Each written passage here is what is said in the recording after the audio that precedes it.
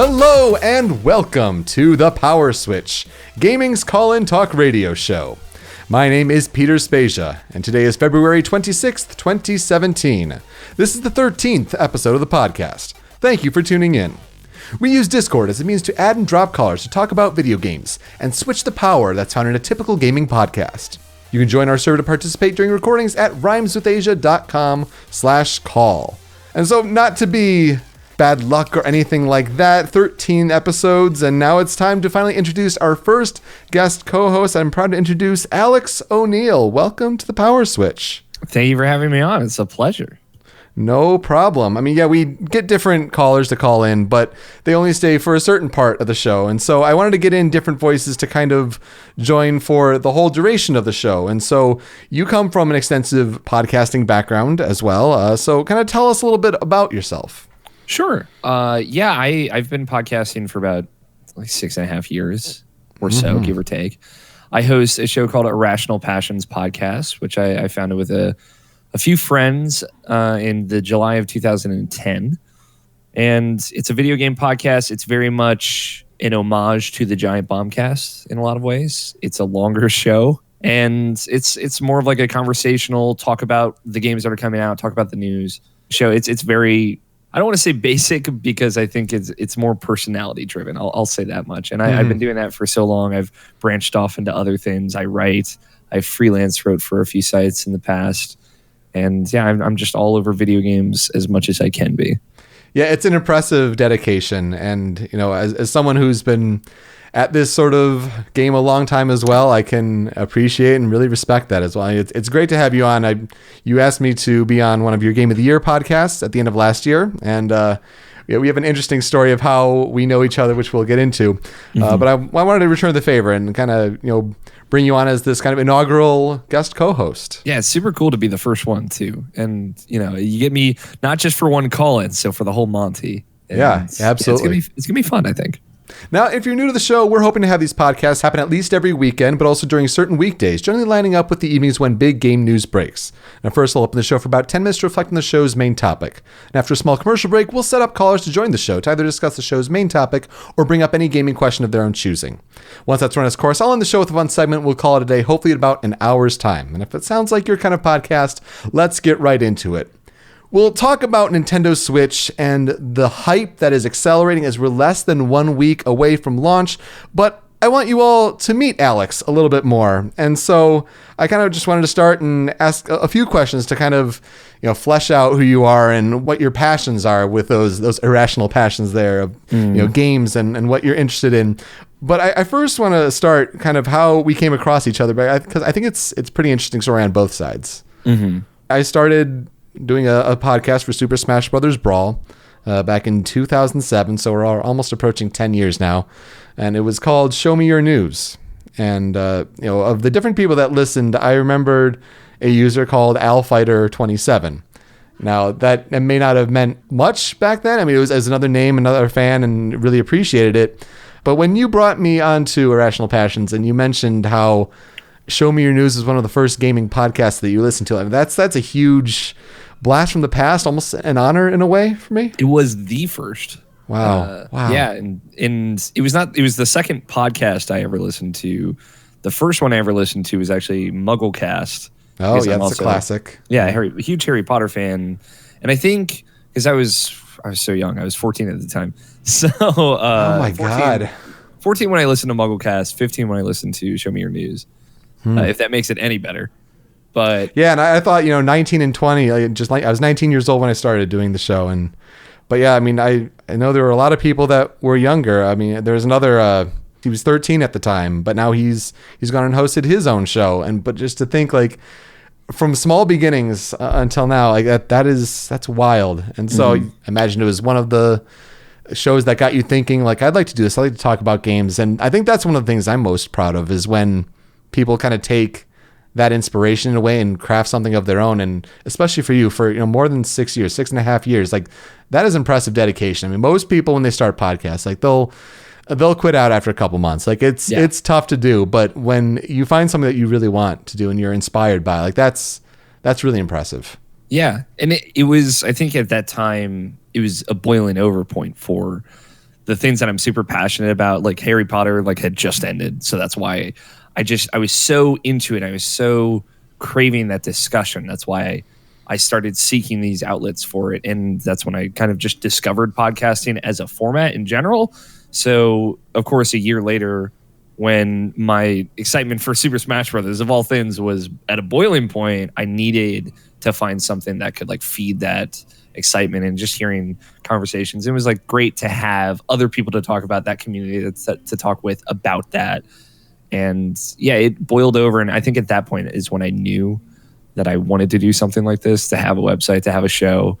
And it was just a matter of time before it would happen eventually. Yeah, absolutely. And Brawl was just, it was a crazy time. And, you know, with Smash Brothers Wii U and all that, during that hype cycle, it kind of revisited a lot of old feelings about what the Smash hype cycle is like. And that's always really interesting. But it comes to the Kind of Funny community at the end of the day, and all the best friends there. At PAX East 2016, my wife visited Boston, and she went to the Kind of Funny panel. Yes. And if those that were there, or if they saw the exclusive that went up, that was the PAX East panel for 2016 that year, she brought British chocolate because she's from Britain, and, you know, gave it to the guys, and jokes had back and forth. And so I was curious to check out her Twitter mentions after she mentioned that, and there was interactions, you know, with Greg Miller and all that, and Alfighter 27 was among the mentions. I'm like, that name, like I remember that name, and then it's tied to Alex O'Neill, which Greg Miller's dropped on, you know, the Game Over Greggy show, the Kind of Funny Games cast. The different podcasts he's mentioned as people that he's always impressed with, you know, continuing to pursue their interests and just do it and keep working at it. And so it was a surreal moment for me when my wife texted me and she's like, "Who's this Alex guy?" I'm like, "I think he's a former Show Me Your News fan." Like, how fucking weird is that? Yeah. And so we get to chatting, and sure enough, that's the case. And yeah, I think in a way we're almost kindred spirits in a way, to kind of know the pain of, but also the pleasure of continuing to podcast for so long, and the different opportunities that may arise from it. Yeah, it's super cool, and it's always a weird thing when like Greg would put me on blast or something like that. And I have a lot of other friends in that community that go through the similar feelings and similar happenings. So yeah, that was definitely a small world moment for me where I was like, oh, snap. Like I totally didn't even think about that. Yeah. And then he's been on your podcast. You had him as a guest, and you got to meet him. And like that's got to be all sorts of just amazing, really. Yeah, that dude he's as big a heart as he does a personality. I'll say that much. And that's awesome to see that those people really do exist in real life. And he's a great dude. Absolutely an inspiration for sure. What are some of your other adventures in podcasting then? I mean, I'm sure you've had many memorable episodes or just experiences or opportunities that hosting a show about games has provided you. Yeah. And I think the biggest one, and it's relevant because it's coming up as well, has been PAX East. Being able to get accepted into PAX East as press and cover that show has been some of the most fun I've ever had. This coming year, next month, we are going as like a team for the first time since 2014. So there'll be 5 of us there. We'll all be working, we'll all be covering stuff, and it's some people I'm really excited to work with. So it's 3 of the folks have never been to PAX ever before. And just like in 2014 when we had a big team go there before, it was a lot of people's first PAX, and those are always the most exciting moments because there's just a passion that comes out of people when that happens that I think provides some of the best work that people ever do. And that's one of them for sure. Being able to interview a lot of really cool folks like John Romero, I've gotten to interview. Oh, wow. Nice. Greg Miller, obviously. And him and I also did another kind of like one-on-one show where we did a spoiler cast for Batman Arkham Knight after that came out. And that was more of like a joke where someone tweeted at both of us saying that we should do that. And then we ended up making it happen, which was really fun. Why not? Why not? Absolutely. Also, like getting to talk to a lot of different indie developers and kind of grow through that as well. And really having a lot of in-depth conversations. Like the Yacht Club Games guys are super cool, and them kind of recognize like, oh yeah, you wrote this specific preview. And that was, we had that great conversation about that. So being able to meet people and go to events and cover things and just do work. Like all of this is work, but it doesn't sound like work at all because it is so much fun. That has been some of the greatest rewards from Irrational Passions for me. And then outside of that, I've done other shows. Like I host a podcast about the OC with a couple of friends now called The Bro-C, where we are rewatching the OC, which it's pretty much my first time ever watching the OC. I've seen season 1, but I haven't seen really much past that. So once we get there, which we're already like almost through season 1, which is super weird. And I've done shows with other folks that, have been to varying degrees of success, like anime podcasts, and I have a few other projects that are hopefully coming up soon as well. So, yeah, it's almost kind of what you have to do, and I can totally relate with where you focused on one show and you really put your efforts into that, but you eventually want to talk about other things. So, yeah, whether it's anime, whether it's sports, just other things that you enjoy, it's just part of spreading out and just continuing to hone that craft, really, for sure. Yeah, absolutely.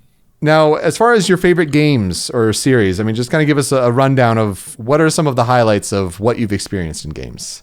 There's a list out there. It's probably not definitive because I always tell folks, I always have the caveat of my favorite games of all time always change depending on the day you ask me, with the exception of a few. Like my favorite game of all time is Persona 4 Golden. My man. Yeah, yes. Exactly. Like that game speaks to me. Yeah.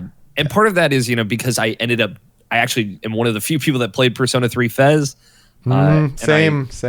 I love that game. So, and I think it's very true that everyone who's played Persona 3 and then played Persona 4, like Persona 4 is like, whoa, yeah.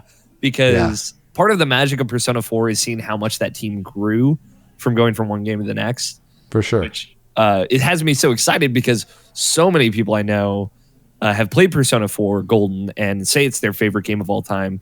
So just knowing that studio and knowing that, of course, these guys have gotten even better since then. Even like seeing something like Catherine, which I know not a lot of people like, but I really like.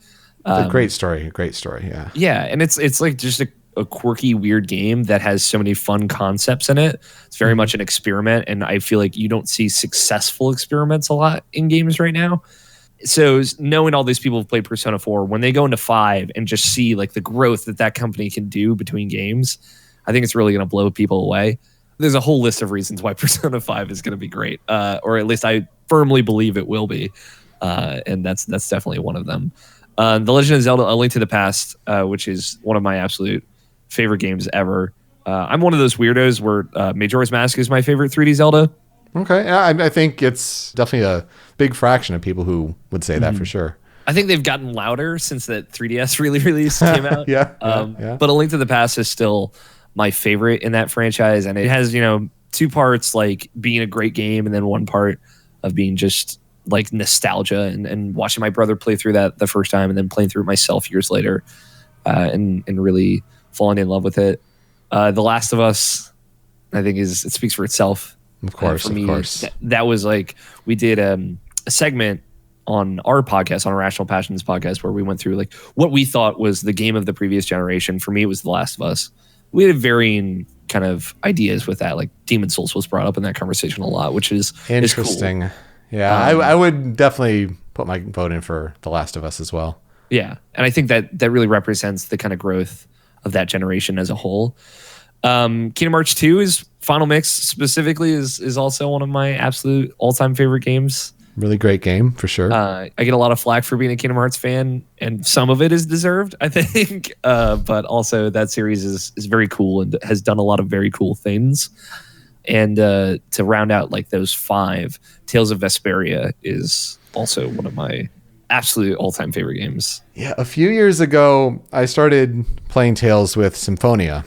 And I was told, Vesperia is one you got to check out. And I started to play Abyss and got maybe 10 hours in. We were going to do on co-op. I still got to continue that with my friend. But Vesperia is one I always hear really high praise for. Troy Baker's performance as Yuri. I hear a lot of good things. Here's my question that'll tell me if you liked assuming you liked Tales of Symphonia. I did. I mean, there were odd parts. There's the forest kind of near the end of the game. I wasn't really a fan of that dungeon, so to speak. But overall, I mean, the characters, the storytelling, the gameplay is engaging. I really enjoy it. Yeah. Yeah, this will tell you if Tales of Vesperia will really work for you. Have you ever played the two first Paper Mario games? Yes. Yeah. For me, like I love Paper Mario: The Thousand Year Door, another one of my all-time favorites. It's definitely, I'd say it's better than the first one, but yeah, it's great, and that's why the sequels have never lived up to it. Yeah, and for me, like the growth from Paper Mario 1 to Thousand Year Door, where it's in a lot of cases it's kind of treading familiar territory, but it's executing on it so much better than the first one did. And it's a lot more fun to play. That is what Tales of Vesperia, in comparison to like Abyss or Symphonia, is. Okay. Where it's not a huge departure mechanically. They add a lot of new things in that game that are very, very cool, but it executes on all those ideas leagues and bounds better, and the narrative that ties all of that together is far more interesting. So the kind of growth from like a Symphonia to a Vesperia is similar to the kind of growth to a Paper Mario to a Thousand Year Door. I think that's a really intriguing comparison for sure. I wrote about it recently, which is why it's in my head. Oh, okay, because you've been playing Berseria, if I remember correctly. Yeah, so we'll talk about at the end of the show. We'll talk about the games you're playing recently. I find it funny you mentioned Link to the Past, because that's what I'm playing at the moment. I only got so far when I tried it years ago on Wii Virtual Console. Okay, so you've never finished it? Yeah, I never finished it. And I actually I didn't even get through the second dungeon. Like I was starting with only so much health, and the boss was tricky, because I'd never played, like 2D games. Like my first console was a GameCube. So, I mean, I had, Pokemon and then like a Game Boy Advance, but like that, it really doesn't count. When you don't get raised on, NES and Super Nintendo, like it's a different skill set when you grow up thinking with the 3D mindset versus the 2D. So, getting through it now, I beat the Ice Palace, so I'm pretty far along. That's like the 8th or 6th or 7th dungeon in the Dark World, right? It was the 5th crystal, so yeah, I got a couple more. But yeah, so getting through it, really enjoying it, just kind of get a different Zelda experience before Breath of the Wild rolls along. So yeah, that's my favorite in that series, so I'm glad that you're enjoying it. Very, very good. Let's get into talking about Nintendo Switch. I feel it's an appropriate transition. We're less than a week away from it. Where does your hype level stand for this? It is grown exponentially in the last 3 days because of kind of the Zelda preview stuff coming out. But man, I've always been excited even after the conference, because I think I'm still genuinely really excited about that hardware. Like getting my hands on it it's just like it's all I want to do right now. It's just actually feel what that thing feels like and be able to play it. All the while remarking on a lot of the missteps Nintendo has made with it so far. So do you have one pre-ordered? Are you planning on getting one at launch? Pre-ordered, ready to go from Amazon. So I didn't get the cool neon ones, but it's all right. See, I like the colors separately. I don't like them together, and I know what Nintendo put out a video that said, "Oh, that's great. We it was an accident," and then they really happened to like them. Not for me. I'm fine with the gray, and just I think when in public, because I travel a lot, and I'm really really digging the portable aspect of it. And so when people see me playing this device, I don't want to have to explain like, oh, well, it kind of looks kitty like a toy because of these colors, but it's really an actual, really nice device. I think, the gray and the kind of monochromatic tones kind of speaks for itself. Yeah, I think like the gray stuff, it looks much more less like a toy, let's say. Yeah. More adult. And I think that works especially after the Wii U gamepad. So right, absolutely. Now you're also getting Breath of the Wild. I take it. I mean, probably like more than 90% of the people would be also on board with that. Is there a certain edition that you're pre-ordered for, or? I'm just regular. I'm not huge on collector's editions. The first one I will be buying in like 3.5 years is the Persona one. That franchise speaks for itself for me, so I need it. I don't even care what it is. I'll spend $80 on that game just because. That Take Your Heart edition is so good. I mean, with the messenger bag and the Morgana plush and the CD. Just bring it on. Yeah, exactly. Like whatever it is, just it's like that, and maybe if there's a Kingdom Hearts 3 collector's edition, which I can't see a world where there wouldn't be. With how Square Enix handled Final Fantasy 15, I'm sure there will be. Yeah, as long as it's not like $350 or something. Oh ridiculous. God, yeah. Some people will pay it. Some people will pay. Oh, I know. I know Kingdom Hearts fans. Yeah, so I know. Yeah. So I'm on board for the special edition of Breath of the Wild, and I didn't see the need for the extra $30 with the sword. Mm-hmm. But then in hindsight, when you think of, then they talk about the $20 season pass. I'm like, well, that cost might as well just get made up somewhere else. Okay, exactly. I want the case. The case would probably be a good idea for something like this. The soundtrack, I'm really interested to see what they put on that soundtrack, or what people pull from the game. That should be really interesting. But yeah, I'm really excited for that. I cannot wait. And like you say, it's the portability. It's just I want that in my hands. I know we're gonna get a setup here so that my wife can stream Breath of the Wild, just because she's getting back into the Twitch and all that. So really, really exciting. As you mentioned, the preview coverage has been astounding, especially for Breath of the Wild. I mean, when you come off of Horizon and all of the reviews that game got, and people are talking, 95s and 9 out of 10s, 10 out of 10s. And like that's better than what a lot of people expected. I mean, people were expecting high marks, but to exceed that, and now you have people saying that every Zelda game they talk about, if it's going to beat Ocarina, is the best one. And well, no, this one doesn't necessarily do it. When you have people saying that, oh, well, I'm getting feelings that I haven't felt in over 20 years because of the exploration of an open world that feels limitless. Yeah. Like move over Ocarina, like, holy crap. Yeah, and it's terrifying because it's not just the usual suspects or something. There have been a lot of people that I know are going into this like with a hard edge, saying like, you really need to do something to impress me. And hearing just how like the game just indoctrinates you to its charm has been like really rewarding, especially coming off of Horizon, which I think is new in a lot of ways. Again, having not played it, but I feel that game brings a lot new and special, especially from a studio like Guerrilla that hasn't done something like that before.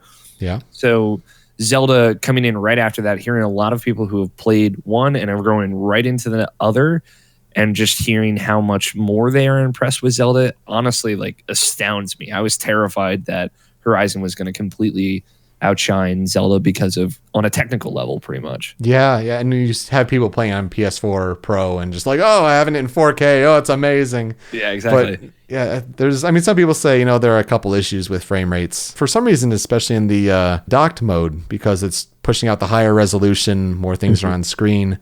But really, that's been about all. I mean, you have Jason Schreier saying like, oh, the sprint's in a weird position, the sprint button, and you can't really change it. But other than that, like, everything's a pro. I think Nintendo's done a really good job, particularly with when you compare it to something like Pokemon Sun and Moon, and how Sun and Moon just kept bombarding you with just release after release of video, and we were spoiled essentially for a lot of what Sun and Moon had to offer. And for Breath of the Wild, I think they've had a lot of the secrets still under wraps. And in a way, I'm almost proud of the internet that hasn't been rampant. That hasn't been everywhere. It's really exciting to kind of go into this really fresh. Yeah. And honestly, there's a confidence that Nintendo is exuding with Breath of the Wild that I feel like I've never seen them have before, because there have been less videos of them. And I would say across the month of February, they've been pretty quiet on that. And now this preview embargo is going to, where people can talk about the first 5 hours, although many folks have been talking about a bit past that because it's kind of ambiguous what you will see in that first 5 hours. And they have just been silent through all of this. And these previews have all been glowing. Like, I haven't seen anyone be negative on this game having played it. Either. Yeah. I know I made a prediction at the beginning of the year that said like, oh, Breath of the Wild will have the highest Metacritic of any game at the end of 2017. And like, when you start to have the amazing start that 2017 has had, it's like, oh man, that might be in jeopardy. But seeing these kind of previews, it's like, nope, that feels pretty safe. We'll see when the reviews come out on March 2nd. But I'm glad that's only, the day before, because if we're getting all these reviews and it's like it was still another week out, like, I don't know if I could wait. Yeah, and there's definitely a lot to be seen yet, because if that game really is 100+ hours long or has 100+ hours of content in it, it could absolutely overstay its welcome. So this could take a dark turn at the end of this, although I don't expect it to. Yeah, I mean, you had The Witcher 3 and its problems where it's just you flooded the map with things to do, and it was just insurmountable, really. Mm-hmm. Now, another issue in the preview coverage has been the issues of Joy-Cons, particularly the left Joy-Con controller desyncing when away from the Switch tablet. You've had different remarks from people saying that, Nintendo of America, they're aware of the issue. Different things ranging from saying that they are coming up with a fix to there's a day one patch that should sort it out. I'm not sure what to believe. I can honestly believe that, they're aware, like they've been reading these previews, things like I'm sure they're aware of the issue and the videos that can replicate it. They're doing extensive testing, I'd imagine, back at base. How worried are you that this might mar an otherwise potentially stellar launch? I don't know. And I think in my head, this would speak more questionably about the actual hardware. Hopefully this is something that is sorted out before consumers get their hands on it, because at least in the circles that I've seen or that I participate in, a lot of people are going in like very, very negatively about the Switch, yet they're still buying one for whatever reason. Yeah. So we'll see how this really pans out for them, but it's odd. I don't know how much of a problem it is in handheld mode, but as someone who did not get a Pro controller, and it's not like I can get one at all now. Right. Yeah. They are sold out. The biggest thing I've been hearing is that it cuts out for maybe like 2 seconds and then cuts back in. If that's all it ends up being, I don't know if that's a super issue. It's definitely more concerning for the console as a whole than it is for just one specific game. Yeah, it's just Nintendo doesn't need another knock against it. As you mentioned, I mean, the circles that we follow, they don't need another thing against Nintendo to say, oh, well, that's typical Nintendo. They launched this half-baked console and it's just not ready for prime time and all that. So hopefully they can sort that out. It's the same sort of rationale behind the idea of, virtual console, not ready for launch. Yeah. I mean, is that a big deal to you? I would say it's not a big deal to me. I am one of those crazy people that is only going to play Zelda. And, I use the excuse of, I'm in video games and I cover this for buying the Switch at launch. But I've also been saying, hey, if you're not really in this, you don't necessarily need this if all you want to do is play Zelda. And I still stand by that. It's just like, I know I'm a bit of a hypocrite when I take that step back. And this is just another like notch on that. So it's just how they said we'll have more info on this at a future date. This is not a surprise to me, but what does that mean? Does that mean a future date as in the Nintendo Direct that we're going to have in a couple of days? Or is that the E3 show that we still don't know if, we don't even know if they're doing a press conference for that quite yet, though I wouldn't expect them to. Or is that in the fall when we have the online service launch? It's just there's too many question marks about the entire future of the Switch. I wouldn't argue the idea that this feels rushed out at launch, even though I think the hardware itself is going to be great at launch, and it wouldn't have gotten any better if they held it back for another 6 months. Right. But there is a lot of concerns about the software as a whole. I don't know how much of a selling point it is for you, though. No, I mean, I'm the same way. Like, I'm going to play Zelda, and I'll get actually Binding of Isaac is another one that I play a lot on my Vita, but it never got the DLC and the patches and the updates. It got to Rebirth, and so there were like at least a couple big updates since then with Afterbirth and Afterbirth Plus that it just never came to Vita. And so when they're talking that, Afterbirth Plus, the latest version of that game is going to come to Switch. Now, it missed the launch date, but it'll still be in March. But like that'll be another game that I'll get, just to have portably and play on the side. I don't need Virtual Console yet. As long as they have a good plan in place, as you said, I mean, it's the same rationale with why, Mario Kart isn't this month. They don't want to, have these big games clash and compete with each other. I hope that they're still working out what to do with the rumored GameCube Virtual Console. I think that could be a huge selling point. So good. There'd just be so much potential, analog triggers aside. You'd have Billy Hatcher like on your on your Switch anywhere you go. For me, like I think the biggest interest there is Super Mario Sunshine. Like I've never played that game, and I think to get you've never played it. I've never played Sunshine. And you don't know where you fall on the is Sunshine garbage or not debate. No, I mean, yeah, my first big Mario game was Galaxy. I mean, what a hell of a way to start, but yeah, that just shows my odd perspective on it.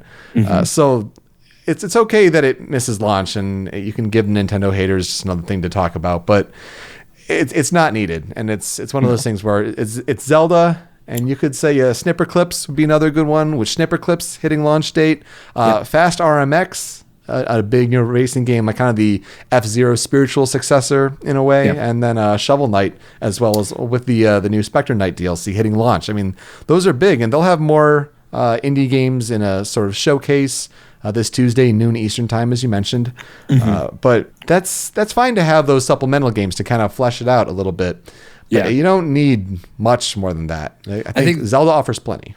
The reality is that as soon as people hear that they're going to have to pay for virtual console games again, then it's just going to be worse overall to kind of like the public perception of the Switch in general. I don't know if there's a way where that can't be the case, right? Nintendo has put the technology in place where they can go from Wii U to Switch and be able to transfer over those purchases. I think it was definitely different from Wii to Switch because of the backwards compatibility. And maybe I'm just totally speaking out of my field here, but I feel like that is even more of like a truth here, even if they do figure out their Nintendo account stuff. I saw an interesting take where someone mentioned with the NES Classic and how good the emulation was on that with the different options that, put the same engineers behind that kind of work, which, you have some rumors say that they are with the different systems. Like that could show a lot of potential. Yeah. And I would really like a SNES Classic. I will say that. I'm just going to keep putting that out in the internet. That is because I don't have a lot of love for NES games since I was very early childhood for me, but the SNES, ooh, dang, that's a good one. At the end of the day, really, though, this is the beginning of the onslaught of spring games. With Switch. I mean, if you count Horizon before that, you have Mass Effect Andromeda, you have Persona 5. Alex, how are we going to survive? I don't know. And like May is also for me, it has like Prey in it as well, which Prey actually looks really great. I'm sure there are other things in May. I think like maybe Injustice 2 is May. That might be June. I don't know for sure. May 16th, I believe. Yeah. So like it doesn't actually stop. And then there was that the leak that happened today as well. Of possibly a sequel to Shadow of Mordor coming out in August. Which leaves maybe 2 months of like downtime. Maybe Horizon and Zelda in the same week, like 3 days apart, is already too much. And then Mass Effect after that, Nier Automata, which is somewhere in the middle there. It's that people are raving about that demo from Platinum. Yeah, it's upsetting in the best way. At least it's like a good upsetting. It's the opposite of 2014 as a year for video games. Yeah. So 2017 is going to be amazing, and it's only just beginning. So strap into your seats, and you've already strapped in your seats if you've been listening to this. I mean, you put two people with 16 years of podcast experience between them. We'll talk for quite some time, and I'm sure we could continue the conversation more. But what do you think about what we had to say so far? We'll get to the callers when we come back. What do you think about what we have to say? We'd love to hear your thoughts. And you can also bring up whatever gaming topic you'd like to discuss. And don't forget, you can also reply to another caller had to say too. That's all when we come back here with Alex O'Neill here on the Power Switch.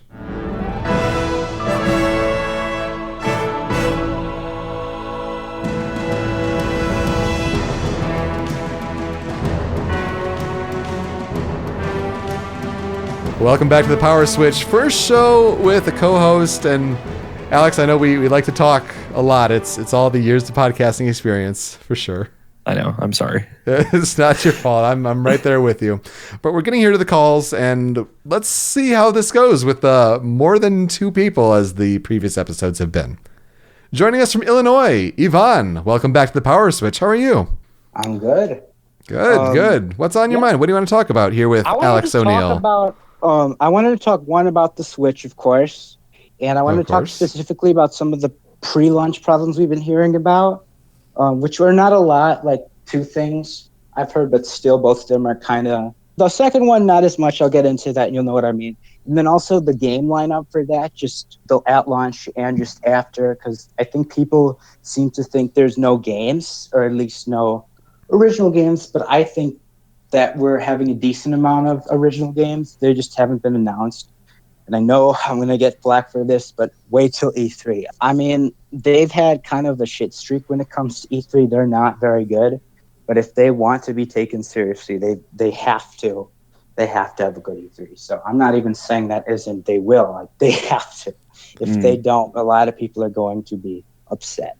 It's going to make for an intriguing watch, and I'm sure they'll announce some sort of digital event in May, as they usually do, right before. Yeah. That press conference was a mess. Yeah. When you talk about, no games, I mean, that's always seems to be a common thing. Well, PS3 has no games. Xbox One has no games. Colin's been I know I always talk about Colin, but he said there's no games a lot. I understand his point that there is a lot of these launch lineup or games that have already been on consoles, but then you've got the portability functionality and stuff too. So I'm just, because that kind of adds on to the gameplay. You can take it anywhere. It's odd, right? Because when I think of the PS4 launch, the games that I got with mine were Assassin's Creed 4 Black Flag. Yep, same. Which I didn't like very much. Really? Okay. I liked it a lot. I enjoyed it, but that was where that series really pushed me away. The modern day story was weak. Yeah, the modern day story was weak. That's always been a big appeal for me for that franchise as well. Yeah. Killzone Shadowfall just did nothing for me, which is a bummer because I think that game overall was good, but that game specifically just did not speak to me in a way that I think even Killzone 2 and 3 did. And Resogun, which I loved, and that's all I played on my PS4 for over a month. So at the end of the day, I think... Yeah, Resogun is a lot of fun. I remember Colin was talking a lot about that, and then I checked it out because he was talking a lot about that, and that's a gorgeous game, really fun. I think those smaller games really do speak to me more, but Zelda's a big get. But I also think the idea that there's no games at launch speaks to a larger problem that is like the general idea the consumer needs to get in at launch. Like you don't need to buy this thing in March, especially because you can buy Zelda on another thing that you might already have. Mm-hmm. I think by the end of this year, you will have a Switch that is a very appealing product and hopefully an idea of a lot of things to come throughout next year and maybe the years beyond. Versus now where it's still Nintendo being very ambiguous. Like Nintendo is more of a shower, not a teller. And typically their games, they'll announce pretty close to, at this point, they'll announce pretty close to when they're coming out. So I think you could reasonably hold off till like a September and come in with something like ARMS, Splatoon, and Zelda and be like, okay, I feel way better about this purchase. And then you've got Mario coming on the horizon as well. And maybe Xenoblade Chronicles 2, but that's probably not going to happen. Yeah, Mario's going to be huge for the holiday for sure. Yeah, ARMS, I'm very excited for ARMS. I'm very interested. I shouldn't say excited, I'm interested. Yeah. I'm not like hyped, but it looks cool. Like this is like the third new IP they've had in the last couple of years, maybe like a decade. Because 2000s was when Pikmin come out, right? They've done other like smaller things in addition to ARMS, but ARMS seems like a big push to that, but like Splatoon, Splatoon was the big one. I think it's interesting because it's like fighting games, and the last time they did it was with third-person, multiplayer shooters with a twist, and now it's like a fighting game with a twist. Mm-hmm. I'm just curious to see how that turns out. I'm very, very interested in that. Yeah, I'm optimistic. There's a story in that game too, which I want to know what that even looks like. It's probably really weird and insane. Didn't Splatoon have a really fun story mode? I had never actually played the story mode in that game. I only played multiplayer, and I had a great time with it. I think you fought like octopus or something. Yeah, there's like weird ink enemies. I heard great things, particularly about the final boss in the campaign. Yeah. Do you guys have Wii U still? Yes. Yeah. Probably too late now, but yeah, maybe I could play like Splatoon or something with you guys. I don't know. If you guys still play very dusty. So I'll say that much. I don't think I've touched it since Extra Life, which was the last time I had like a group of people to play with. On do you have like Destiny on PS4? I bought it, but I never played it. I have Destiny on PS4. I've closed the Destiny chapter in my life. Also, just Peter as well. Another game that might be coming out this year, Destiny 2. Just throwing that out there. God, yeah.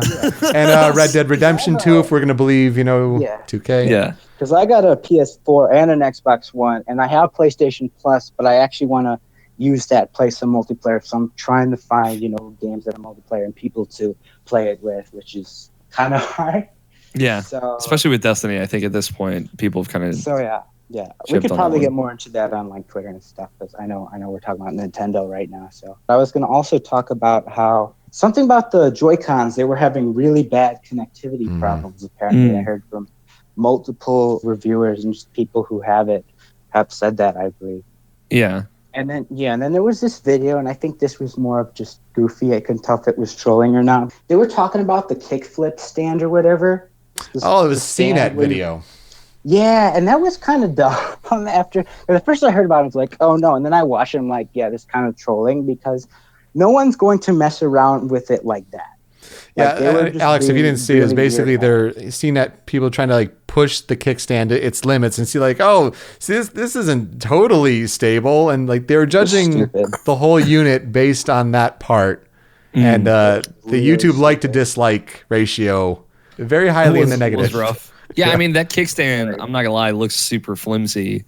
But I also know I will never use it. So like I'm good with that. Like I don't even care. I may try to be the guy on the plane, almost like in that trailer with Skyrim, but just because I'd probably rather have it in handheld mode is the thing. Yeah, but I almost wanted just more for the loss. The plane tilts a bit. When the plane tilts a bit, it's going to slide. So. Oh, yeah. True. Yeah, hopefully my plane isn't tilting, or else I have bigger issues. But I'm not talking like that kind of tilting. I'm talking like the turbulence. No, I know. I'm just kidding. Yeah, I know. I wanted to talk about Xbox, if that's okay, and just the moves they've been doing lately. Sure, that's all right. Yeah. Xbox is in a weird spot. We actually talked about it a little bit on IP, what we think is going to happen with the Scorpio announcement that is inevitably coming. Just because Microsoft sent out their information about their press conference and how it's happening earlier in the week at E3, and the cover image in the press release that they sent me was the same like Scorpio processor image that they've been using. Yeah. I feel like that is where they're going to do their big reveal. So I saw an interesting take about Xbox, and I'm trying to remember where it was sourced from, but basically saying that it's pretty clear this generation that PlayStation 4 has dominated the sales, and you can trace that all the way back to, the poor messaging and marketing very early on in the Xbox One's life cycle. But Xbox One is getting trounced in Europe. It's getting dominated in Japan, even though, overall the console sales are slow there. We'll see how Switch does there. I think the handheld component is going to be huge, especially on trains in Japan. But as far as between PlayStation 4 and Xbox One, Xbox isn't bringing too much to the table. And so this take basically said, what if Scorpio is a way to kind of really attack and take advantage of the Steam machine market in a way, the living room PC that Steam machines tried to attempt to fill, but failed because of the diversification of the product. Yeah, I've been hearing similar things, and I'd love to see that. Yeah, that's what I was thinking, because as the PCs market, people were kind of going against it, which I can understand, with Xbox Scorpio saying, well, we already have an Xbox One and they're not going this far, and already they're announcing a new console. I don't look at it that way. I think it's like an upgrade, and that's why they're doing the backwards compatibility stuff, so that generations that just jump in don't get too far behind. And also, like I said, like a PC, the more games that come out every year, the more demanding for a PC. That's what I heard, that it's going to be a yearly or like every 2 years basis. Oh my gosh, yeah. I don't know if I could handle that. That'd be a nightmare on the development front, just to think of all those different SKUs out in the wild. I will say this, like the thing that is enticing, especially going off of that idea of, hey, this is where Valve couldn't get it done, but this is where Microsoft could. A big hindrance for me even being interested in the Steam boxes was the fact that SteamOS, which was the cornerstone of that, ran on Linux. You could still get those Steam boxes, but in order to really have access to that Steam library, you'd have to boot that thing into Windows, you'd have to have a dual boot of it in some way, shape, or form. Yeah. And then you get part of that great SteamOS interface, which is great. I think it is actually genuinely fantastic. But in order to access the full library, you'd have to kind of have this other thing that is less friendly to a controller. Microsoft could really just make a PC and have it run Windows, but Windows built around a controller, like a version of Windows that has the same architecture so that all those PC games will still work on it, but is built around a controller interface. Like, I feel like they're trying to unite the ecosystems of PC and console on their department, because they have the cross, like, play anywhere. They have the backwards compatibility. I feel like they're trying to do kind of like with Steam, have a really vast library of just stuff that you can play from other consoles and their current console that can be accessed both ways. That's the way I look at it. Yeah, for sure. I mean, it's it's the fusion of Windows 10 for both PC and Xbox. It's kind of the blending there. It's the talk of a Windows 10 update for game mode, where it's putting the operating system in a kind of configuration that's more suited for games. All the signs are kind of pointing to that direction. But with something like Halo Wars 2, and like that's their big game, when you have Sony's publishing Horizon, Sony's published Neo, like those are heavy hitter games this year. And what is Halo Wars 2 doing? It's a fart in a can. Like, it's nothing. Yeah, it's crazy. Like that. I feel like the conversation of Halo Wars 2 compared to Horizon is just night and day. That's nothing. Yeah, it's absolutely.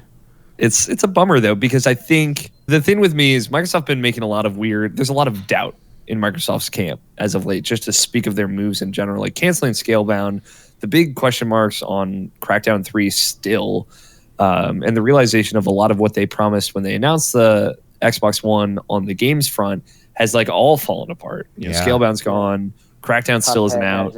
Been out yet either. Yeah, exactly. And so there's a lot of worried about that game.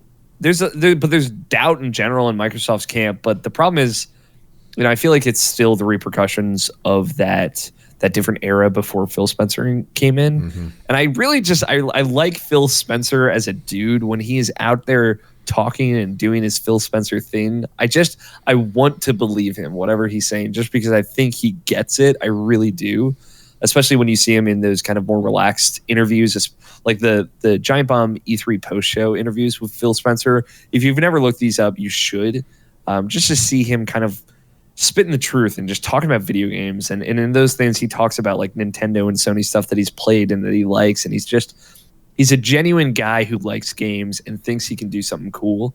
So I want to believe as they really come into their own, like Scorpio seems like the first thing under his regime that is going to be really vehemently theirs. Mm-hmm. And I really want to believe in that product. Even if it ends up being a flop, I want to give them the benefit of the doubt, at least until they show us what that is. And we can kind of really make a full judgment call.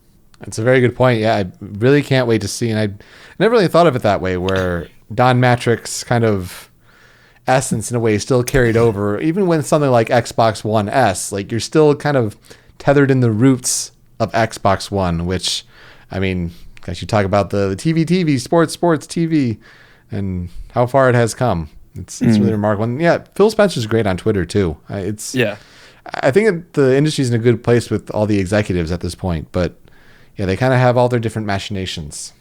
All right, Yvonne, thanks for calling in. People can find you on Twitter at punkfan97.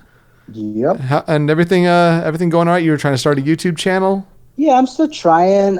Consistency's been hard because I said some stuff's been going on, but I'm definitely gonna try, to do it again, maybe tomorrow or sometime. And definitely would like, if you or Alex or whoever else is listening, yeah, please check it out because, it's always good. I like to do these for the sake of conversation. It's always fun. So, yeah.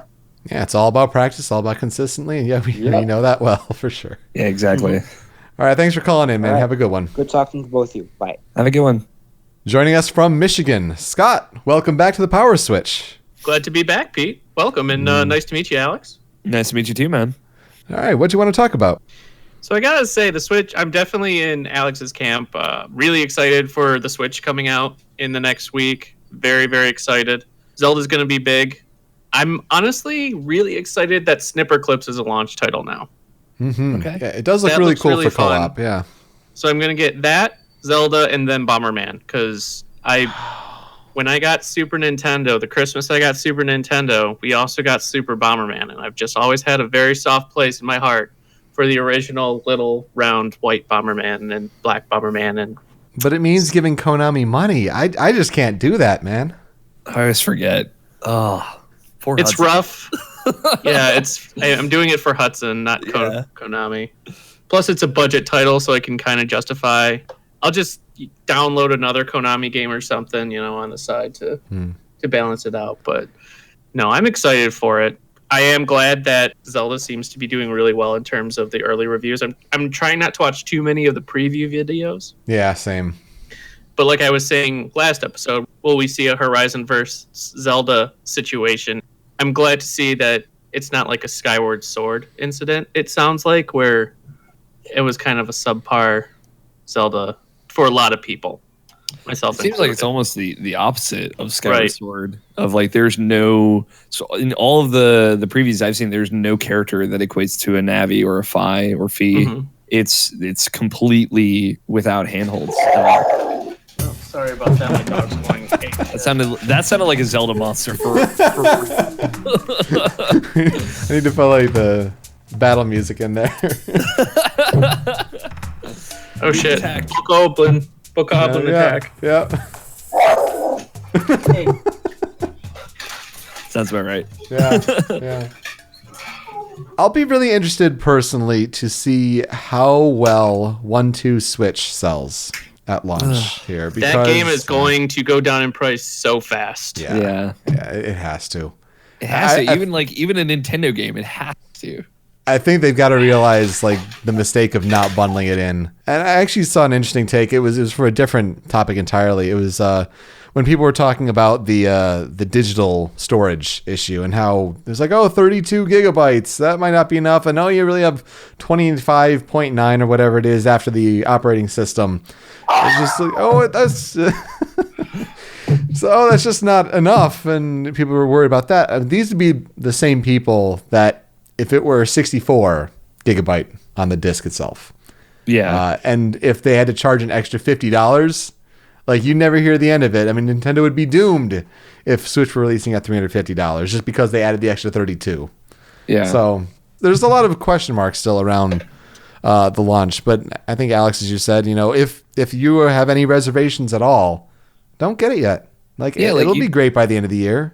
You don't have to get it is the big thing. Like, no one is forcing you to buy this console. Things like this are kind of a little to blame of you listen to podcasts and there's this real need to want to be able to stay in that conversation or at least participate in that conversation as an active listener, you could say.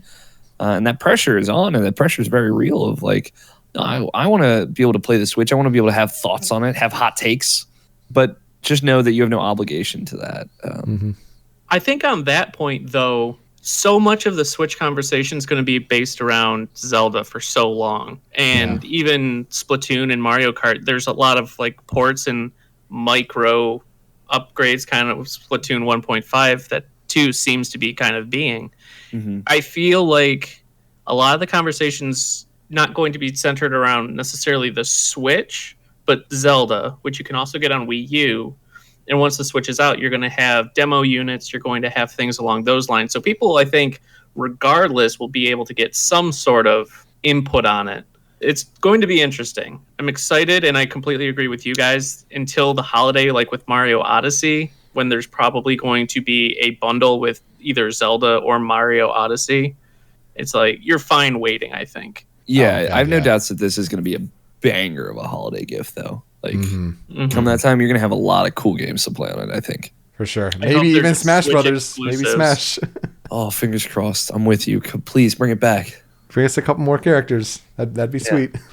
Yeah, I just want that Cloud amiibo. Subspace Emissary 2. Let's make it happen. Oh my god. Yeah, there's still those 3 missing amiibo. My collection is needing them dearly. In terms of other games, you guys had mentioned how crazy of a year it's been already. You guys didn't mention Danganronpa. That's coming out. V3. You have the Nonary games. That's coming out. Granted, that's a remake port of the first two. You have Ukulele. Yeah. You have We mentioned Ukulele. I feel like that was last week. I'm sorry. Yeah, last week. We Yeah, mentioned that last week. yeah. Mm-hmm. But yeah, there's tons of games. You have the Kingdom Hearts 1.5, 2.5, like you said. Granted, that's also a port, but there are so many games. Ni no Kuni's this year. Oh, Dragon hopefully, Quest yeah. Heroes 2. that's the one. Oh. New Fire Emblem, Injustice, Tekken. I mean, the Final Fantasy 12 HD. It's like there's no time this year. There is no time and no money this year. It's actually drowning everyone forever, especially JRPG fans. Yeah. I can't But believe yeah. I didn't remember Danganronpa V3. Yeah, I was like, I can't believe Peter didn't mention that. Yeah, no, I feel bad too. And the thing was like that's coming like September 20th or like in that week. 26th, something like that. Yeah. Yeah, and my co-host Nabishan, he like we were texting about it. I'm like, hey, you seen this release date? And he's like, yeah, you know that's probably gonna be the exact same day Destiny 2 comes out. And I'm like, why would you say that? Why would you put that out there? It might be. And South Park might come out this year. At this point, just like It push got delayed again. Who knows? it might even be a knows? better idea to do that. So Game Like of the in year the at the end of the year is going to be months, insane. Oh my god. yeah, it's gonna be a bloodbath. Are Yeah. you kidding me? There are games this year that I have been waiting years for. Yeah. Is the biggest thing. Like many of these games, I've waited multiple years for. God, you just say Zelda, Mass Effect, Persona. Yeah, Revealed like in 2015 or 2014 for some of them. Mm-hmm. But to say that they had 2015 release dates attached to them at one time, and nope, pushing and them past back. that, like Danganronpa 3 and Destiny 2, I've been waiting 2 years for. So I think we were all ruined on Danganronpa 2 because they came out within 6 months of each other. So Oh, seriously, yeah. Well, what's going to be crazy is we're going to have a huge Zelda. We're going to have Breath of the Wild going up with Mario Odyssey probably for Nintendo Switch's Game of the Year. Like they're Yeah. that exclusive. Like that makes me want to throw up. bloodbath right there. Insane bloodbath. Speaking of bloodbath, what if Bloodborne 2 gets announced? Oh god, it At E3 really this year? could. It really could. Yeah, it really could. Like that's the crazy thing. Well, From Software is saying they're working on 3 or 4 different titles, one of which probably being an Armored Core, and then who knows what the others will be. Yeah. You'd want to I've think started that a spreadsheet already just so I can keep track of things. Started a just- spreadsheet to keep track of my finances. Oh Yeah. god, yeah. Oh, I have one of those too. It's going to be wild. I think that's going to be part of the fascination this year as it develops. Is like, oh, this game got great reviews too, and like, oh, this game's coming out, and how does that shake up the Game of the Year race? Like, that's really going to be a lot of fun. Yeah. But Scott, I know you're a big Tales fan, and Yes. and so what better person to have on this show to talk about Tales of, and just go at it, have fun. Tales of Things. Yeah. So you remember in Tales of Zestiria when Thore? No, I'm not going to be like that. But I'm just curious, like what you had mentioned with Tales of Symphonia, the leap from kind of similar in leap from your Paper Mario to Thousand Year Door. The first Tales game that really got me into the series was Symphonia on GameCube. I remember renting that like crazy to beat it and then eventually purchasing it. Mm-hmm. And going back and replaying it on the PS3, the Symphonia collection, I realized that Symphonia hasn't aged as well and isn't as good of a starting point, I feel, as Abyss. I think Abyss is like the best starting point almost for modern Tales games. Yeah, that's fair. With the 3D running and everything, I think just the systems starting at Abyss, it's a lot easier to jump into the series and really get hooked from Abyss forward with the new games and then go back to and see what made Symphonia really good. But as the first Tales game, I don't know if I could recommend anymore that Symphonia is the best. Yeah, I think the reason I would recommend Symphonia, and I was in a similar boat. Symphonia was my first Tales game, and I went into a GameStop, and I think it was Babbage's still at the time. So Wow, that's a throwback of a name. Yeah, and I bought it like completely blind. I bought it because there were 2 discs. There were 2 GameCube discs, which is still the craziest thing about Tales of Symphonia. That's why I bought Baiten Kaitos. Yeah. Metal and- Gear Solid: The Twin Snakes. Yeah, there you go. Oh, yeah, that's right. Yeah, That's got on that YouTube. one too. Great version of that game. It's the only version of Yes. Metal Gear Solid 1 I've ever played. Fun Agreed. fact about me. Same. Yep. But yeah, I bought it almost completely based on the fact that it was like an action RPG that the person that Babbage's recommended it to me, and it had 2 discs, so I knew it was a long game. and I loved it. I actually played that game for the most part multiplayer with friends, that's an old Tales hat there. But I finished Tales of the Abyss for the first time like a year and a half ago. So 3DS or the PS2 version? PS2 version. I tracked down. There you go. I tracked down a PS2 version of that game, and I mean, I really loved it. It has like a very distinct narrative. Like, I don't want to say problem because it does pay off, but you know, they have a very specific approach with that game, like making that main character so unlikable, and then like you get to watch. They hit you in the face with character like development, like going from Luke in the beginning to Luke at the end of the game. It's like they just beat you in the face with this character is different than he was before. Yeah, exactly. Like they really force that development down your throat, and it's funny. Tales of Berseria does a very similar thing, but like so much better. It's ridiculous. Yeah, but yeah, like and you're not right. as Like, drastic, I feel, in Berseria in terms of character changes. But as it probably shouldn't be, because that kind of stuff should probably be on the more subtle side. Abyss, it's hard for me to know that because Symphonia was my gateway into that series, and playing Abyss only like after playing Vesperia, after playing Xillia and Xillia 2, and then going back to Abyss and seeing that for the first time. But you're probably right as like a mechanical level. I think like the kind of jolly nature of Tales of Symphonia makes it easier to approach.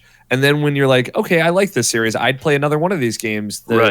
If I told you like, all right, here's Tales of the Abyss, and the first 10 hours are going to be real rough because this guy, like, listen, no, he gets better. Promise. I promise. I remember telling Pete that he just so many head shakes and face palms with a lot of Luke's earlier moments. And it's like, I swear, get through this part. We'll just rush right through and get to he sees the error of his ways kind of part. And then there's a haircut scene and it matters. I swear. Haircuts matter.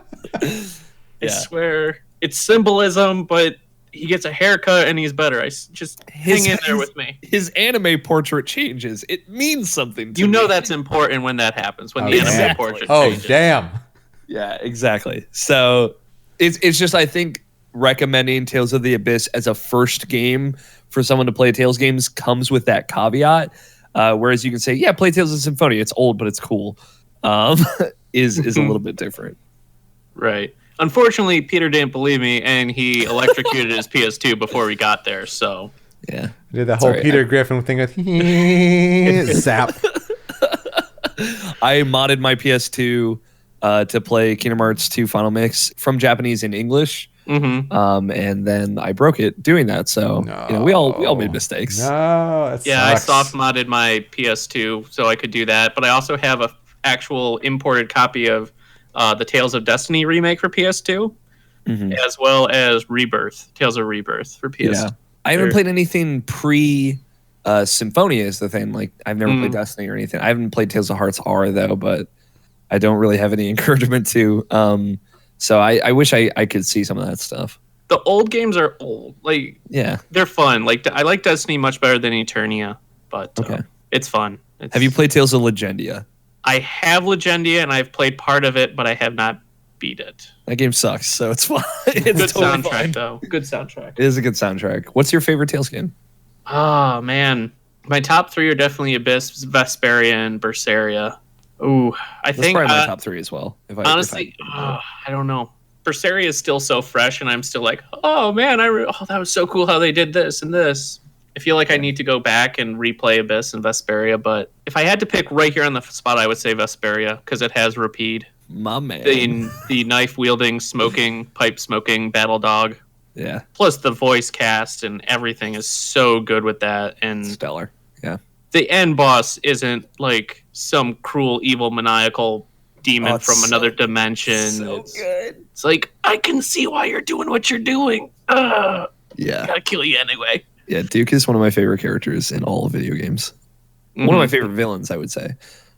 Mostly because he's not really a villain. He's an anti-hero. I would love to see Yuri and Velvet interact, though. Yes. They're very similar characters. And yeah, I agree. Yeah. What's your favorite Tales jargon made-up word that they said, this is going to be in our game now? I would have to say Enominat from Berseria. That's a good one.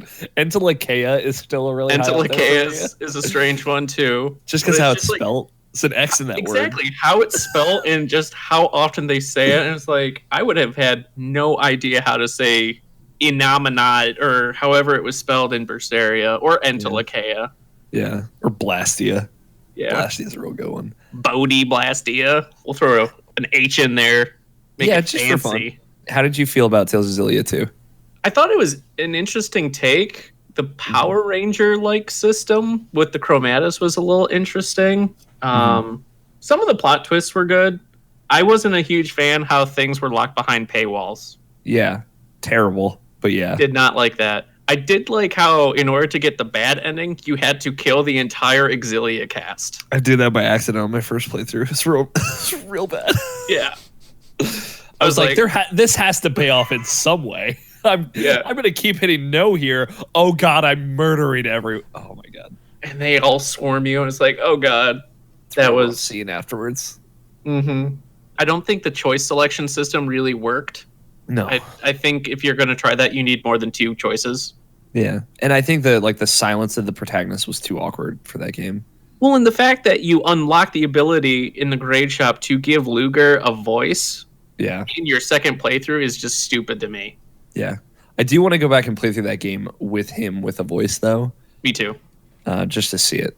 But yeah, I think I ended up giving that game a 6 or a 7 on my site. Just it is maybe the best playing side to side 2D Tales games because of the weapon change system and all that, which is super fun, super satisfying, and it has the Link stuff from Tales of Xillia, but there are a lot of problems. I enjoyed the combat a lot, and the story definitely had its high points. There were just some weird gameplay mechanics, I would say, that kind of rubbed me the wrong way. Yeah. And left kind of a poor taste in my mouth with Xillia 2. But overall, I mean, the only Tales game I would say I genuinely really don't enjoy and can't see myself going back and playing is Eternia. Okay. For the PlayStation 1. The characters and the story just really didn't do it for me. But for me, it's probably Legendia. But that's just because I played that whole game and then I forgot everything about it because I didn't like it. So. Yeah, it's like Steel Ares, and I wasn't a fan for Legendia with Jay, the weird albino ninja boy or whatever. That game's super weird. Yeah, it's weird. I need to play more Tales games, but I may not be able to for several months. Oh, for sure. 2017 is not the year to play more Tales games. Yeah, I'm more than willing to play any Tales game with you, but co-op and multiplayer and do stuff with. Oh, if we could get an emulator and do 3-player Tales with you, Alex and I, and just I would do it. Alex and I Tales nerding out and Peter just looking completely lost with our references. I was like, that is cool. This is cool. He has red hair. Oh, God. All right, Scott, thank you for calling in. You're from dashingnerds.com. Yes, dashingnerds.com. We just put up, or I just put up my review for Tales of Berseria. So if you're interested by what we were talking about with the Tales series, be sure to check that out at dashingnerds.com. And we'll have a new Time Hops video up this upcoming Friday focusing on Wolverine games for Logan's release. Oh, nice. Good timing. And yeah. Are we still on for a Switch day on next Sunday, Peter? You should make something like that happen, I think. Switch party. Aw, snap. Good stuff. Scott, thanks for calling in. Appreciate the time. Always happy to be here. Nice to meet you, Alex, and I will talk to you guys again. Have a good one. See ya. And joining us from Illinois, Video Game Guru 64. Welcome back to the PowerSwitch. How are you? Good. Good. You looking forward to the Nintendo Switch? I'm so looking forward to the Nintendo Switch. I can't stand it. I must have it right now. It's really exciting. Less than a week away. What would you like to talk about? I guess the main topic was the Joy-Cons and talking about with the not connecting as well as some others. It's a big issue definitely going on right now. And it's, I think, for a lot of Nintendo fans to have that excitement and anticipation for Nintendo Switch. Just to have just the slightest thing like this that we just expected it to work perfectly fine. I don't think any of us could have anticipated saying, oh yeah, by the way, when you take the Joy-Cons away, there may be conditions where they don't work all the time. And I think it's just one of those things that it creates some uncertainty, at least. And this is almost the early adopter tax in a way. Yeah. Have you seen Game Explained's video on it? and how they put it behind the back and said that it's the interference between the console and your body or something like that. Now, truthfully, I have not delved into this. I don't want to kind of get myself in a downer and situation and just worrying about it. I figure if they have a day one patch, if they have a fix in place, I would honestly rather not worry about it, to be fair. Yeah. Alex, I don't know how you feel about it, if you've done much research on this whole issue. Not quite. I've honestly just been avoiding the video stuff in general. Mm-hmm. That's kind of like the main response of like, I'll just stay away from it. It's also like just the issue in general is like, I feel like it's a thing that might not be as much of an issue or might be more of an issue, but it's hard to know until you have your hands on it. Yeah, like it depends on how far away your setup is between you and the TV. Certainly some variables. I just don't want to psych myself up about it. I mean, the hype's going to be big enough. I just don't want to add the angst to it as well. Exactly. Yeah.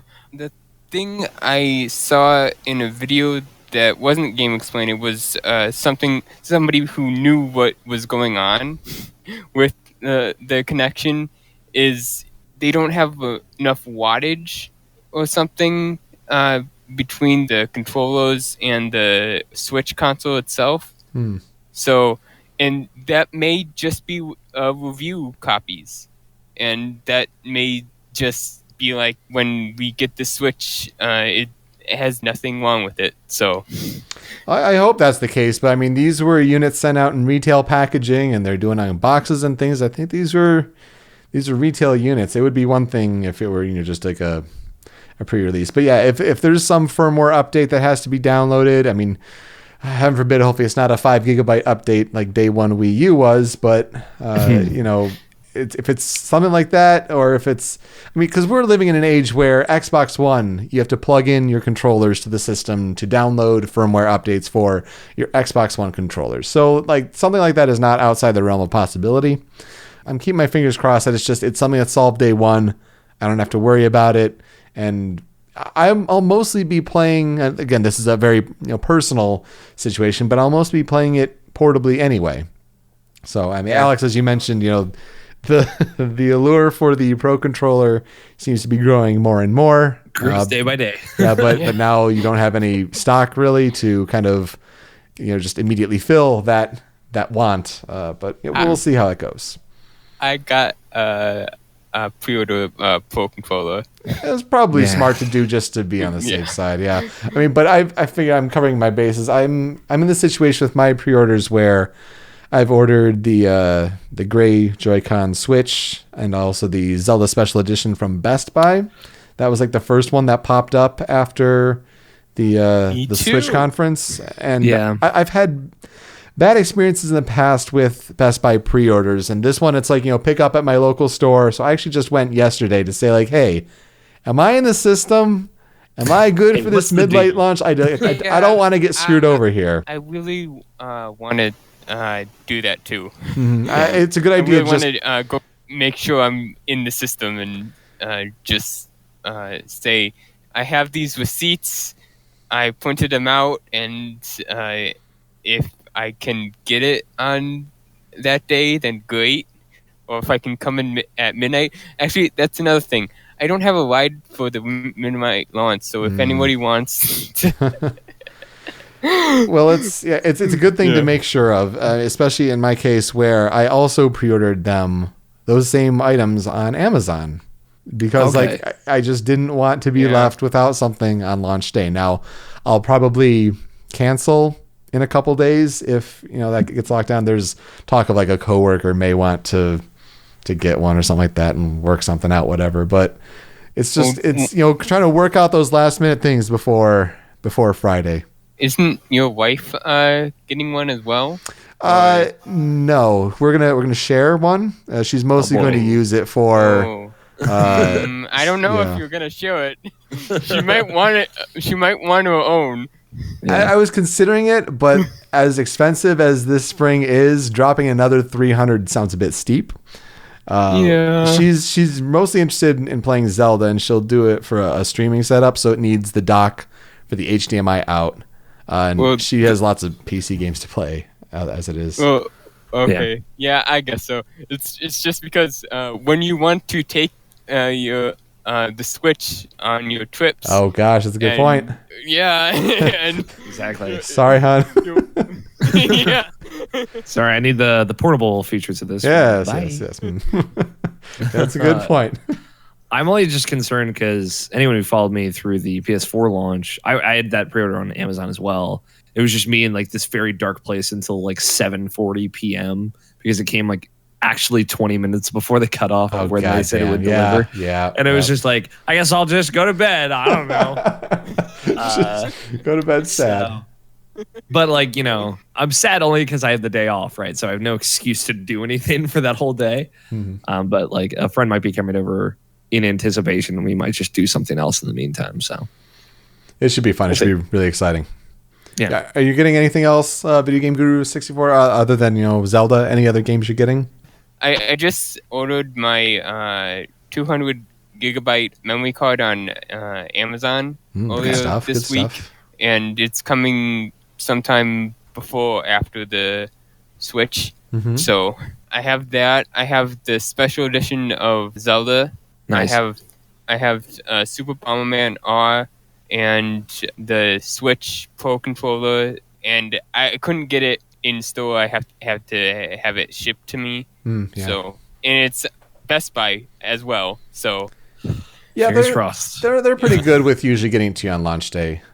Yeah, as far as those. And then the Switch itself. I don't know if I want to get the grip though. That's the only thing I don't have. Yeah.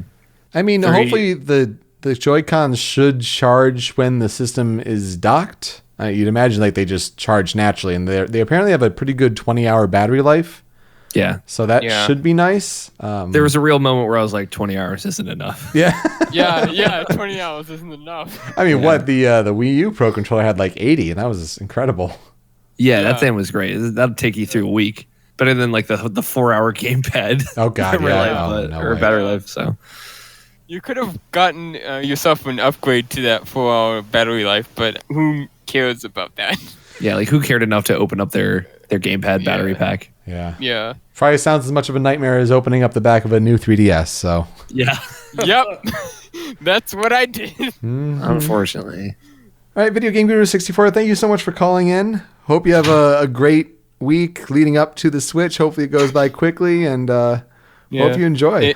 If you want to play some multiplayer games, I'm Video Game Guru 64 on the Nintendo Network and on the Switch. Now I got your Switch ID all locked in. Good. Yep. Mm-hmm. All right, man. Thanks again. Have a great one. Yeah. Yep. Have a good one, man. See ya. All right, when we come back, we'll wrap things up quickly and talk about the games that Alex has been playing recently. Some titles that I have not even touched and I'm curious to hear about. So that'll be when we come back here on the Power Switch.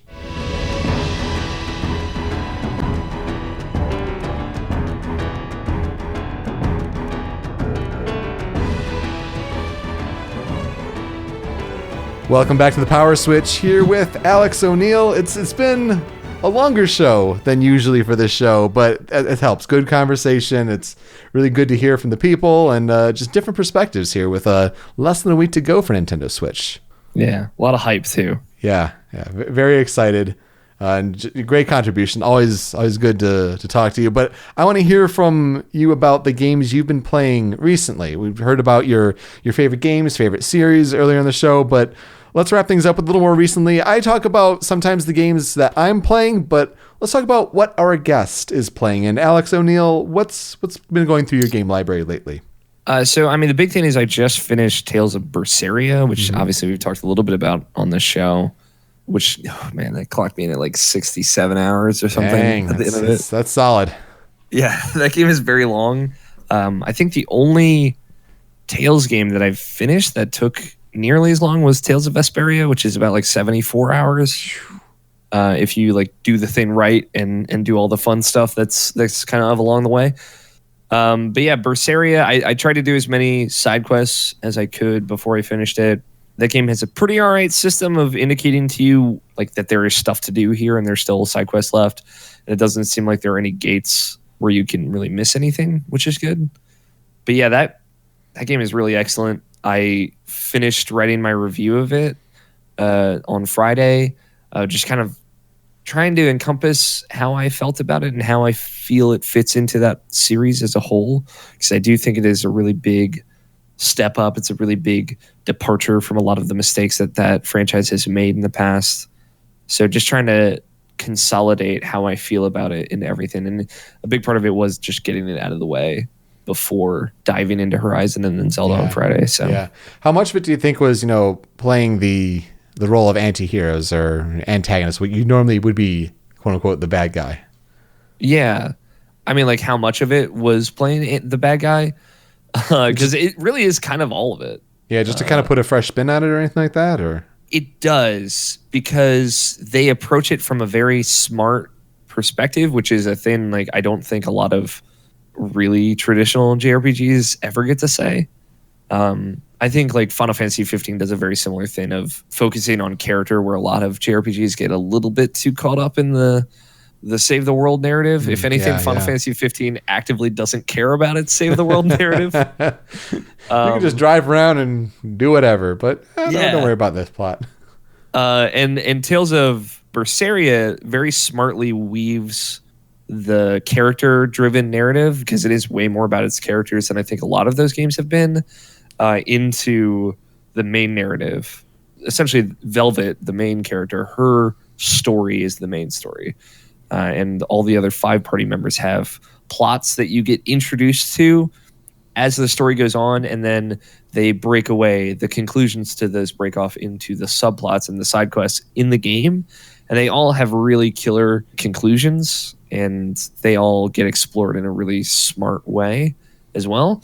So I think the game is very smart, and the way it positions you as an anti-hero is good. Like, in the end, maybe you're not the big bad, and maybe you're not in the wrong necessarily, but you definitely do a lot of wrong things, and you have to kind of own up for those things by the end of that game. And that topic is difficult to approach, and they really go for it in a really, really cool way. I don't want to say too much, but they do some cool stuff, and there are some like scenes that are uncomfortable to watch in a very interesting way, and it's genuinely cool. I'm like very happy with how they go for it. Awesome. And I think I was tuning into some of Irrational Passions last night. You've also been digging into Neo.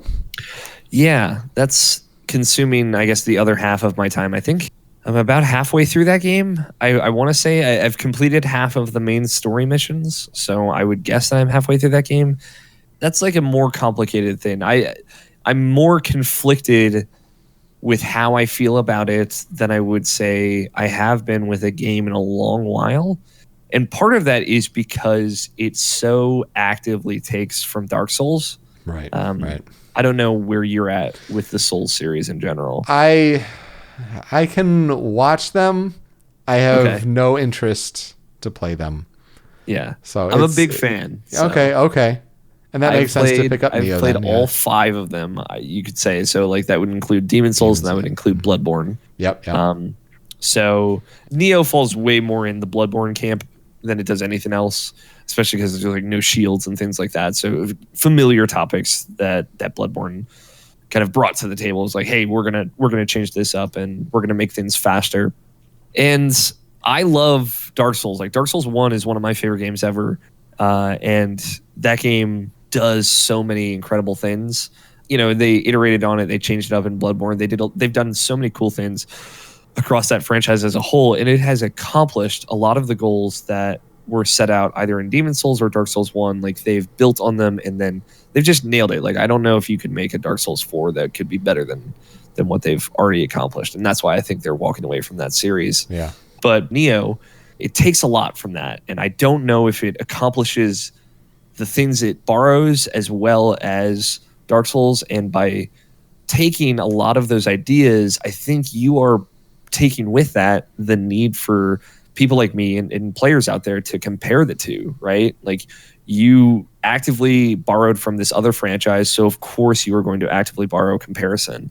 But it still puts me in the difficult spot of like, I don't want to sit here and compare this whole game to Dark Souls or Bloodborne, because I think there should be a more interesting conversation around that game than just, well, it's not this and it is this in comparison to something it isn't.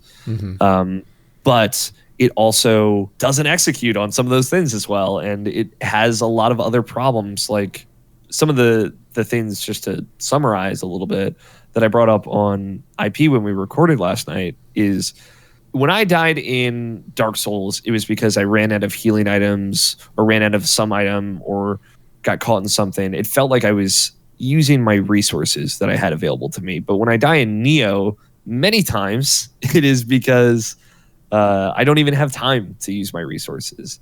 And it isn't to say the cause of my death is a surprise. It is because like I feel like the game is pushing way too hard back against me as the player. Like my health bar goes down so quickly. My stamina bar is depleted instantly. And if I try and guard something, if anything, it makes everything worse. Like it leaves me more vulnerable when my guard is almost instantly broken.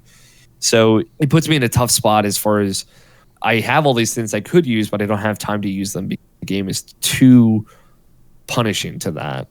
And then another thing on top of that is just like it seems to disregard its systems in a lot of cases. Like it has this guard system, it has all these different abilities and skills you can learn, but I feel like the path of least resistance is always to cheese something or to go about things the same way over and over again, which feeds back into the fact that you see a lot of the same enemy types and you see a lot of the same areas over and over again.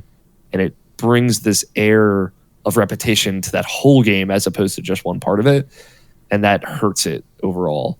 And I know I'm focusing on the negative, and all of this comes with the caveat that I do really like the game. I have a good time playing it, but its flaws are more apparent because of what it borrows. And that's kind of frustrating because I see a better Neo in Neo, and I just wish it could be that. That's interesting. Yeah, and for a game that had such a long development cycle too, it's interesting how I don't know the history of it enough to know when they kind of noticed the different Souls games, popping up and saying, oh, we should kind of emulate that. It's kind of interesting, the timing of how that all worked out. Yeah, it definitely is. I would love to know when that shift came, because like they've been very honest in their interviews and their conversations around that game, that's saying that they are definitely borrowing from that, but they're excited about what they're doing with it as well.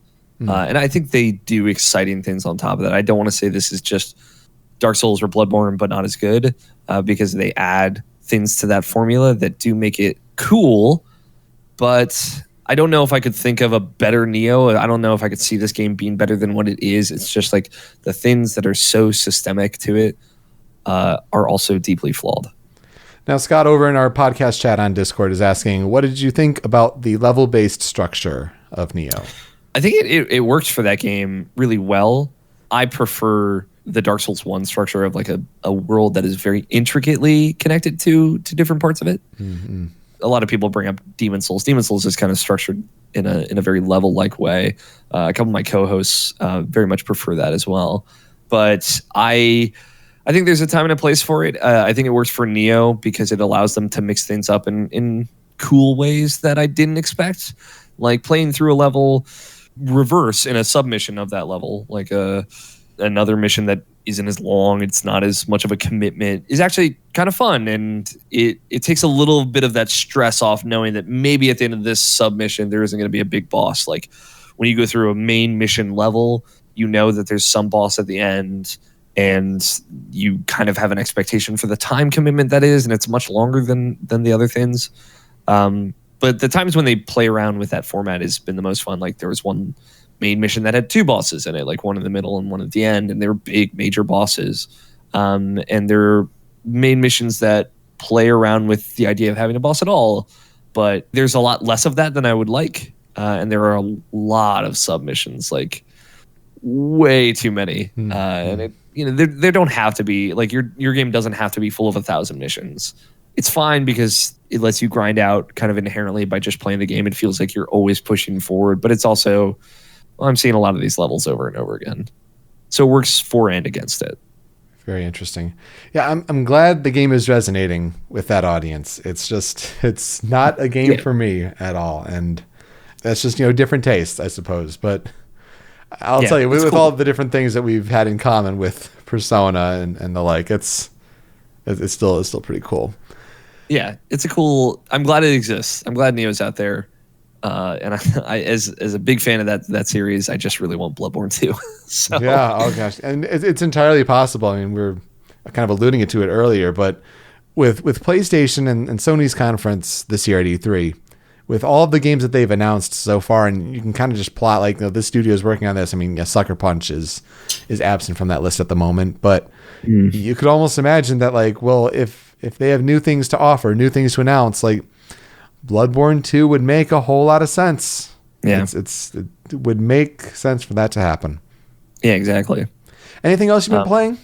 The only other thing recently was like Resident Evil 7, which I ended up finishing, and I ended up loving. Where I totally did not think I would like that game, or at least I thought I might like it, but I didn't know I would love it like I did. Because I'm still pretty new to horror. I used to really actively hate horror, not just because it was scary, but just because it felt too predictable to me. But things like Until Dawn really changed that for me, and Dead Space is the big one. Dead Space 1 is a phenomenal video game. Yeah.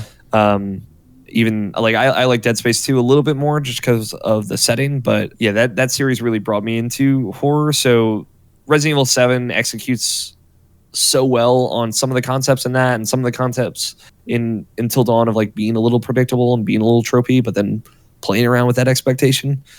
And it's great.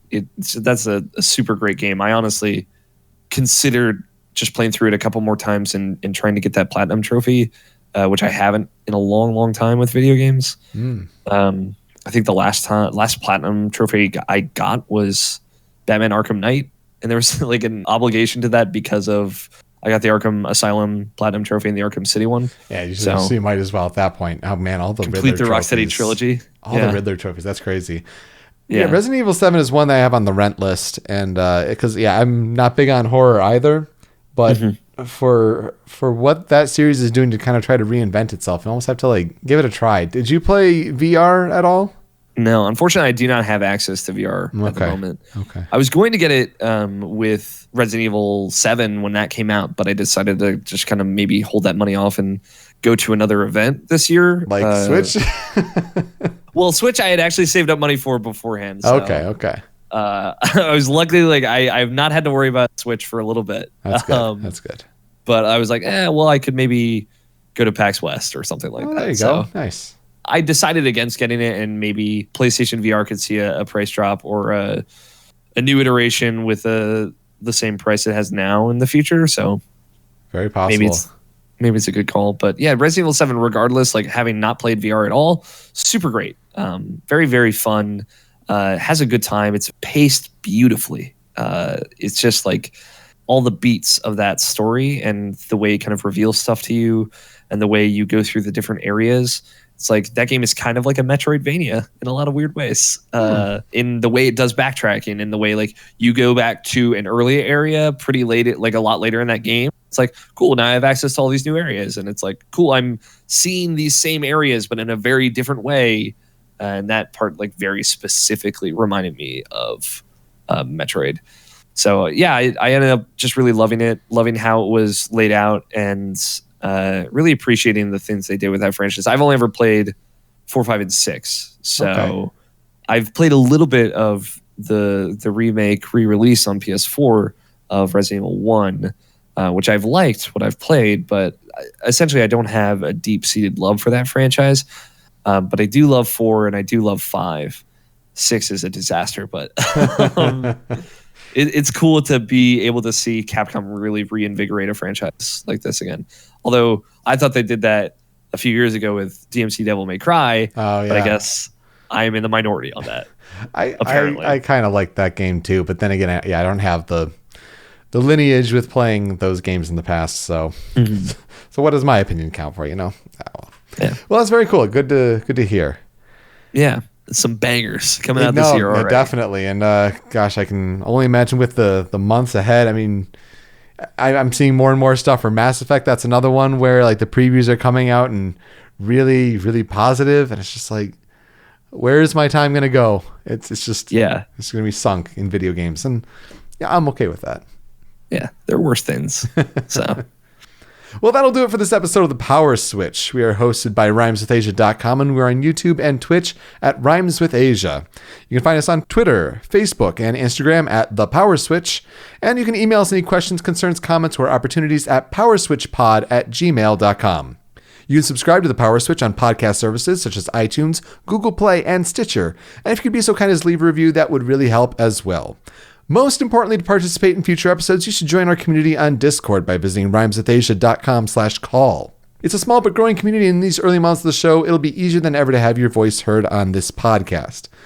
Alex, thank you so much for joining us. Really a pleasure. I know a longer episode than we've been establishing for these first 12 episodes or so, but when you add another voice in there, especially one so experienced in the podcasting form, it kind of just happens, and we just talk it out in a way. So really thank you for joining me. Really a pleasure, and I'll have to have you back on in the future.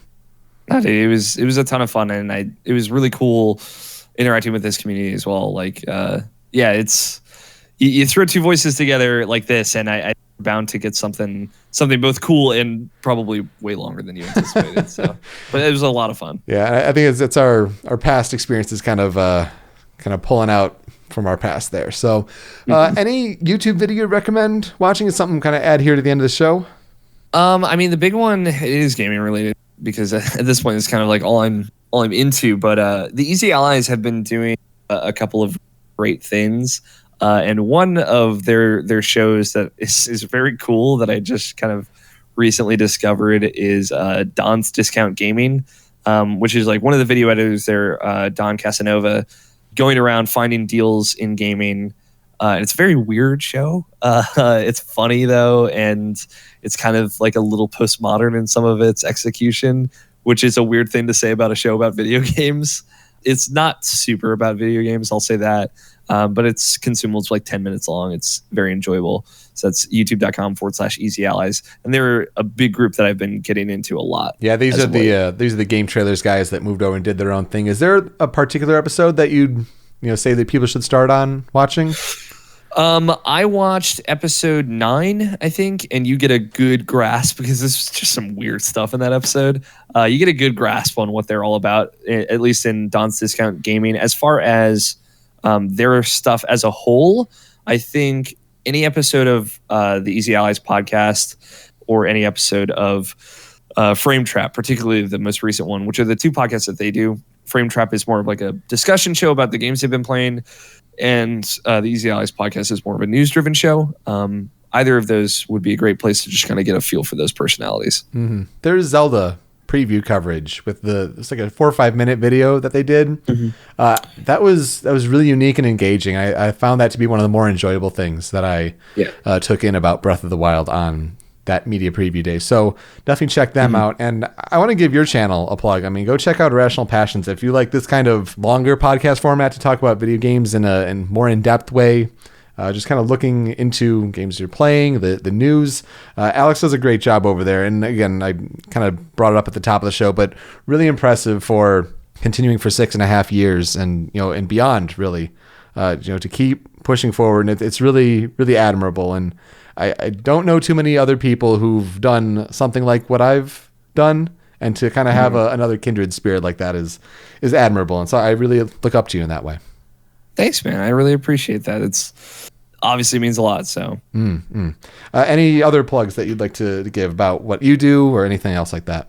Two big things. You can follow me on Twitter at alfighter27. That's probably the best way to see everything that I do and all of the shows and stuff I host. So if you want to see Irrational Passions live, we record live on Google Hangouts on air every Saturday night. So you could maybe see something. I'll tweet about it there. The other thing is I'm going to be at PAX East. If you're going to be at PAX East, feel free to come over and say hi. I'll be with the group of idiots yelling about Irrational Passions and having a good time.